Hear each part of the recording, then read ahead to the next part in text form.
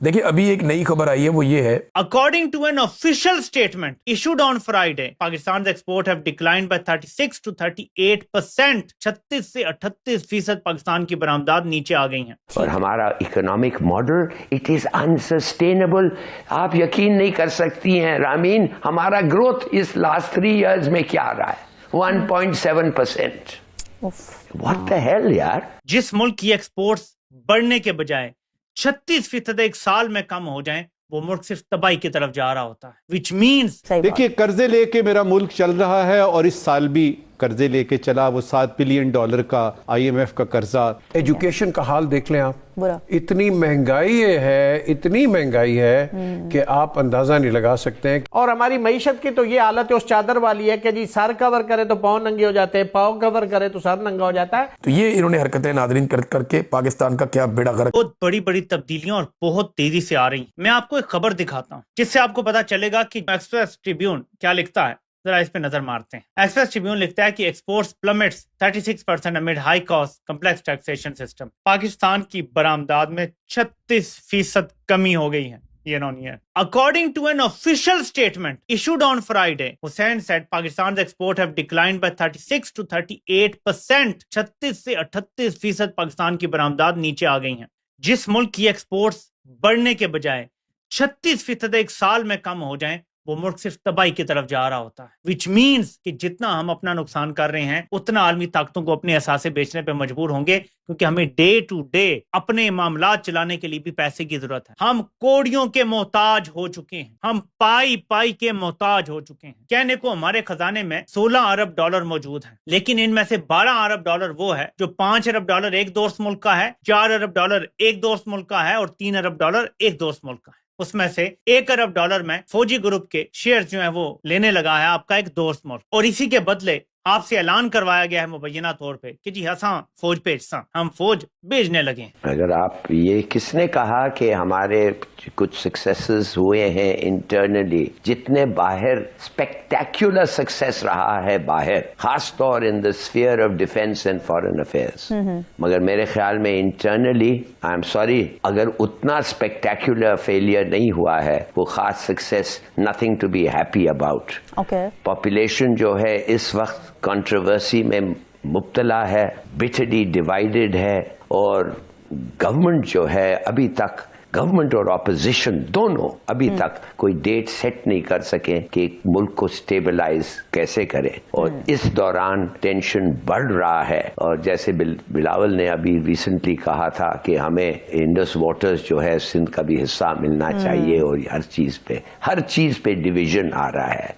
और जिधर तक इनका क्लेम है गवर्नमेंट का कि इन्होंने कमाल कर दिया ये वो, एवरी सेकंड पर्सन आज पाकिस्तान में is in poverty. By 45%, nearly every second person is in poverty. Yes. और हर चौथा आदमी सड़क पे is unemployed. ये कोई बात करने की बात है? True. Absolutely not.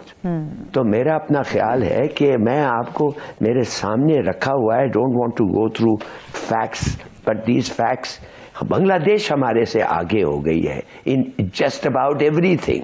और जब वो और आप यकीन नहीं करेंगे कि जब 1965 में हमारा per capita income it was comparable to China, Indonesia, Malaysia, South Korea and above India and Bangladesh. Right. ये कोई प्रोग्रेस नहीं हुआ है पाकिस्तान में डोमेस्टिकली, आई एम सॉरी। और हमारा economic model it is unsustainable. आप यकीन नहीं कर सकती हैं रामीन, हमारा ग्रोथ इस लास्ट 3 years में क्या रहा है, 1.7%। Very important. तो मेरे ख्याल में आई एम वेरी डिसअपॉइंटेड। ठीक है। व्हाट द हेल यार। ठीक है। मैं सिर्फ 3 छोटे स्टेटिस्टिक्स आपको बताना चाहता हूं। आपको पता है इन्फ्लेशन 3-4 साल में कितना हुआ है? 65%। माने आज जो चीज आपको मिल रहा है 65% कम उसका कीमत था 3-4 साल पहले। This is inflation. Do you know that we are among the highest tax people in the world? इस कॉन्टिनेंट, सब कॉन्टिनेंट नहीं, पूरी दुनिया में। एंड आवर विमेन आप रामीन, आप the women of Pakistan, they are 148 out of 148 when it comes to discrimination, Yes. jobs, and the amount spent on their Disparity. on their Gender disparity. progress. Yes. 148 out of 148.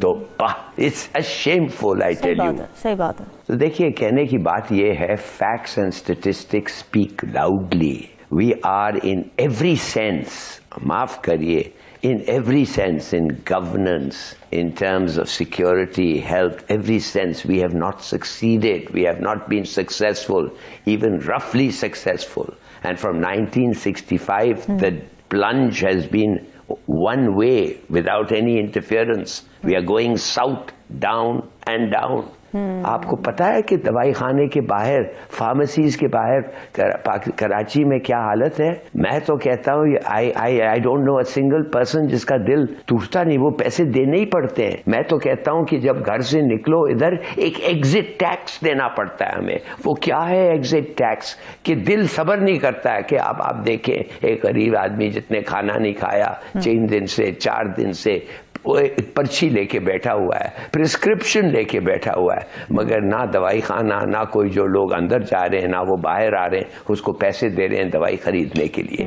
Why are we in this condition 78 years after independence? Why?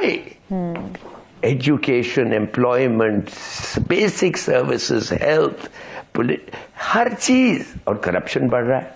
हाँ, corruption बढ़ेगा इसलिए तनख्वाह नहीं है. GDP growth हमारी remains very low, और वो अभी भी 2-2.5% के आसपास दिखाई दे रही है. तो जो वरीसम फैक्टर है, अनएम्प्लॉयमेंट पिछले साल से तकरीबन 14% बढ़ी है. इसका मतलब ये है कि जो हमारी ग्रोथ हो भी रही है, वो ऐसे सेक्टर्स में है जो डिग्निफाइड जॉब अपॉर्चुनिटीज क्रिएट नहीं कर रहे हैं. गुर्बत की सतह बहुत हाई है, और ह्यूमन डेवलपमेंट के इंडेक्सेस के अंदर कोई तब्दीली दिखाई नहीं दी है. ओवरऑल एक्सपोर्ट्स जो हैं, उनके अंदर भी कोई अपवर्ड सिग्निफिकेंट ट्रेंड नहीं है, बल्कि मिक्स्ड है. अगर एवरेज ली जाए 15-20 बरस की, तो इन रियल टर्म्स कम हुई है. अब हमारा जो चैलेंज है कि हम डेट से तो कैसे कम करें और इन्वेस्टमेंट की तरफ जाएं, वो इंडिकेटर्स अभी मुझे दिखाई नहीं देते. और सबसे पहली चीज तो ये है कि पॉलिसी आपके पास इस वक्त नहीं है, इकोनॉमिक ग्रोथ की, ना इंडस्ट्रियल एक्सपेंशन की. तो हमारी ब्यूरोक्रेसी के अंदर वो कैपेबिलिटी नहीं है कि वो कटिंग एज पॉलिसी मेकिंग कर सकें और इदारों में ऐसे लोगों को लगा सकें जो उनको इम्प्लीमेंट करें. सही, बट अगेन सर, अगर ये पॉलिसी एंड के ऊपर इतना बड़ा फेलियर है, तो फिर लगता तो यही है कि हम फिर IMF प्रोग्राम के नीचे बड़े तवील अरसे तक रहेंगे, और जो IMF की जानिब से हमें एक गोया कि डिक्टेशन या डिमांड लिस्ट है, आप समझते हैं कि वो पाकिस्तान की मईशत को बेहतरी की तरफ ले जाने में मददगार होगी? अगरचे FBR कैंट पे तो जो कुछ कहा गया है, वो टारगेट्स पूरे होते हुए दिखाई नहीं दे रहे अभी तक. जी, IMF प्रोग्राम बेल आउट का प्रोग्राम है, वो कभी भी इकोनॉमिक ग्रोथ का प्रोग्राम नहीं होता. इकोनॉमिक ग्रोथ तो आपने खुद बनानी है. इकोनॉमिक ग्रोथ की पॉलिसी मेकिंग तो हमने करनी है कि हमारा कंपैरेटिव एडवांटेज कहाँ है, हम फाइनेंसेस पीछे लाएं, जो इंडस्ट्रीज और सर्विसेज, जो इदारे पेटनेज के ऊपर, टैक्स की छूट के ऊपर, सब्सिडीज पे चल रहे हैं, उनको ख़त्म करें, स्टेट ओन्ड एंटरप्राइजेस से बाहर निकलें. ये काम तो हमारा है. ये IMF को कहना कि उनका प्रोग्राम कंप्लीट करने से इकोनॉमिक ग्रोथ चल पड़ेगी, वो 40 साल से तो नहीं चली जी. नादरीन, अब एक चीज़ मैं आपके साथ और शेयर करता हूँ. खाद फौज बनाती है, बैंक फौज बनाती है, सड़कें फौज बनाती है, दूध फौज का है, बेशुमार और कारोबार है वो फौज की है, सीमेंट फौज का है, रेजिडेंशियल सोसाइटियां फौज की है, रियल स्टेट के बिजनेस में फौज पूरी तरह इन्वॉल्व है, शादी हाल फौज के हैं, बेशुमार कारोबार है, बेशुमार कारोबार है, बहुत सारे कॉर्नफ्लेक्स तक बनाते हैं, दलिया बनाते हैं, बेशुमार चीजें.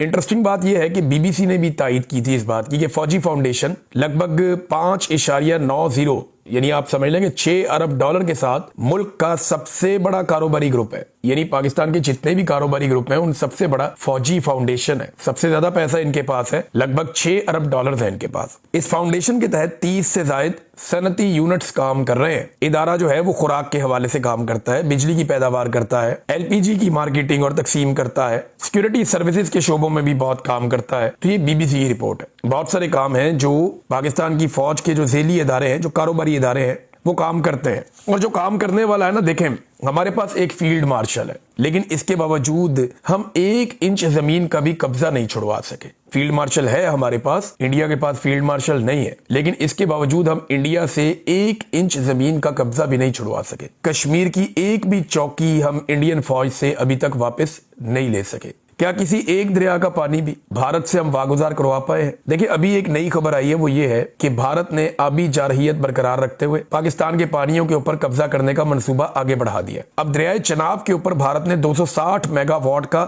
नया प्रोजेक्ट लगाने की मंजूरी दे दी है और पाकिस्तान की जानिब से कुछ नहीं किया गया। इससे पहले इसी दरिया पर 2007 से भारत ने एक मंसूबा लगा रखा है 390 मेगावाट का। ये पाकिस्तान का पानी है ना, पाकिस्तान का हक है, तो भारत इसको रोक के यहाँ पे बिजली बनाता है और पाकिस्तान के पानी को रोकता है, जितना चाहता है रोकता है। सिंध तास का मुआहदा उसने खत्म कर दिया है एकतरफा तौर पे। आबी जारहियत कर रहा है हमारे साथ, डाटा शेयरिंग नहीं कर रहा और नए से नए डैम्स और प्रोजेक्ट्स बिजली बनाने के वो लगा रहा है और हमारे दरियाओं के ऊपर लगा रहा है। इसके लिए फील्ड मार्शल के पास क्या कोई प्लान है? इन डैम से अपना पानी कैसे छुड़वाना है, इसके ऊपर कोई मंसूबा है? यानी हम लीबिया तो पहुंच जाते हैं, सूडान की लड़ाई के लिए वेपन हम दे सकते हैं, हम UAE पहुंच जाते हैं, दुनिया भर के फड्डों के अंदर हम पड़े जाते हैं, हम गजा अपनी फौज भेजने को तैयार है, लेकिन इंडिया से अपना पानी कैसे वागुजार करवाना है, इसके लिए कोई मंसूबा हमें दिखाई नहीं देता। हमारे पास एक फील्ड मार्शल है, लेकिन हमने 1 इंच जमीन भी अभी तक वापस नहीं ली, जो कश्मीरियों की जमीन है। जबकि अब इंडिया के पास फील्ड मार्शल भी नहीं है और पाकिस्तान के पास फील्ड मार्शल है, लेकिन इसके बावजूद पाकिस्तान की एक्सपोर्ट्स 36 से 38% तक गिर गई हैं। और भारत के पास फील्ड मार्शल नहीं है, लेकिन इसके बावजूद न्यूजीलैंड के साथ उनका एक फ्री ट्रेड का तारीखी मुआहदा हुआ है और वो ये कहते हैं जी 20 अरब डॉलर मजीद न्यूजीलैंड वहां पे इन्वेस्ट भी करेगा। 80% उनकी जो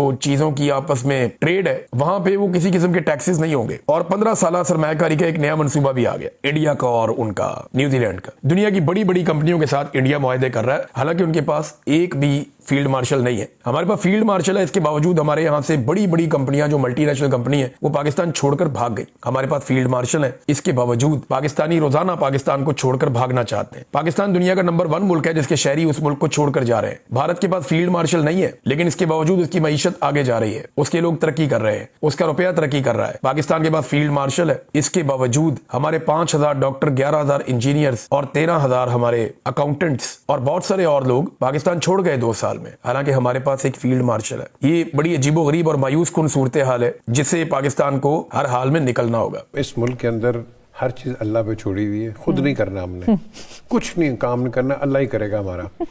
बात यह है कि क्या अल्लाह की हमारी कोई दुश्मनी है?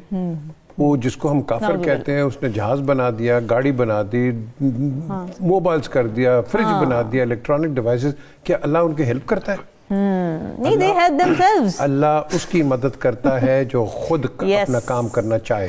Yes. God helps them who help themselves. Yes. तो हमारा वो नहीं है, हम हर चीज अल्लाह पे छोड़ी हुई है। हमारे घर के काम भी इस तरह चल रहे हैं सारे, ठीक है ना? अल्लाह करेगा जी, फिर करना एटीट्यूड है, एटीट्यूड है ये, लेड बैक एटीट्यूड। खत्म, bye bye, ta-ta, goodbye, गया।